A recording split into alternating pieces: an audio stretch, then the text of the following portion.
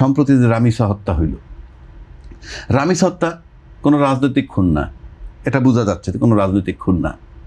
কিন্তু রামিসা হত্যার হওয়ার পর আমরা কিন্তু মাত্র 19 দিনে পুলিশ রিপোর্ট, ডিএনএ রিপোর্ট, যা কিছু বলেন সব রিপোর্ট দিয়ে 18টা সাক্ষীর মধ্যে 16টা শুনানি করে আপনি তার মৃত্যুদণ্ড দিয়ে দিলেন।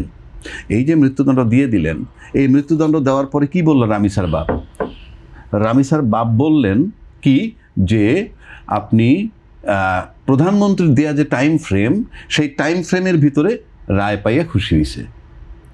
আবার স্বরাষ্ট্রমন্ত্রী 24শে মে বলছিল যে এটা আগামী 7 থেকে 8 দিনের মধ্যে এটা রায় পর্যন্ত চলে যাবে।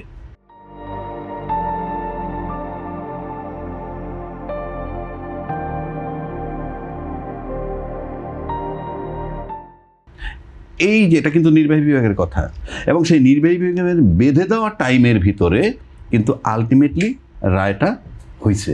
যদি হয়ে থাকে তাহলে কি বোঝা যায়? আমার দেশে তো মামলাই একটা না, মামলা এরকম শত শত হাজার হাজার। আপনি যদি জানেন, কোর্ট কাছারিতে ঘুরে দেখবেন, ধরেন সুপ্রিম কোর্টের অ্যাপিলেট ডিভিশন বলল যে এই নিম্ন আদালতের একটা অর্ডার নিয়ে আসলো, এখানে সুপ্রিম কোর্ট বলে দিল এই মামলাটা আগামী 6 মাসের মধ্যে নিম্ন আদালতে নিষ্পত্তি করতে হবে। এরকম ডাইরেকশন পান না? বহু ডাইরেকশন দেয়, কিন্তু সেই ডাইরেকশন মোতাবেক 6 মাস তো দূরের কথা, 6 বছর সেই মামলা শেষ হয় না। তাহলে সুপ্রিম কোর্টের অ্যাপিলেট ডিভিশনের যে ডাইরেকশনটা, নিম্ন আদালত 6 মাসের মধ্যে নিষ্পত্তি না করতে পারা মানে হচ্ছে আদালত অবমাননা হয়ে গেল।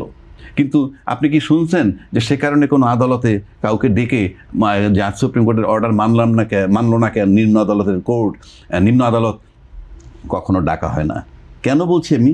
ওটা সবচেয়ে বড় অর্ডার, সেটাও মানতেছে না, কিছু হয় না। কিন্তু নির্বাহী আদেশে নির্বাহী যে টাইমটা বেঁধে দিল, সেই ফ্রেমের মধ্যে যখন রায়টা হয়ে যায়, তখন বোঝা যাচ্ছে যে নির্বাহী বিভাগের নিয়ন্ত্রণে বিচার বিভাগ আছে।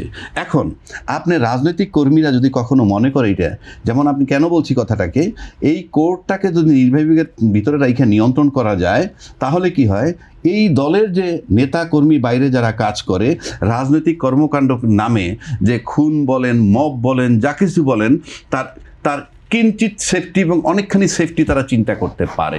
কেন পারে?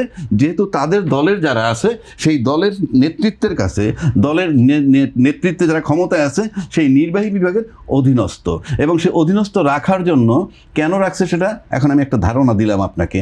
এবং আপনি লক্ষ্য করে দেখবেন যে আমরা বিচার বিভাগের যে স্বাধীনতা চাইলাম, সেই স্বাধীনতা কিন্তু বহু আন্দোলন করার পর ফাইনালি শেখ হাসিনা বলেন করেন নাই, এই XYZ বিভিন্ন গভর্নমেন্ট গেছেন, খালেদা জিয়ার গভর্নমেন্ট গেছেন, করেন নাই। ইউনূস সাহেব আইসা একটা ইয়ে করলো, বিচার বিভাগের জন্য পৃথক একটা সচিবালয় করলো। সেই সচিবালয়টা কিন্তু আবার আজকের ক্ষমতাসীন দল আইসা সেটাকে বিলুপ্ত করে দিল। তার মানে বিচার বিভাগটাকে আপনি নির্বাহী বিভাগের অধীনে নিয়ে গেলেন। আর নির্বাহী বিভাগ মানেই একটা দলীয় সরকার। তার কর্মীরা যখন মাঠে থাকবে, তারা যদি তাদের কাছে কিন্তু এই একটা ধারণা জন্মায় যে হ্যাঁ, আমাদের নির্বাহী অধীনে যখন বিচার বিভাগ আছে, তখন আমরা এটাকে কিছু রেহাই পাবো।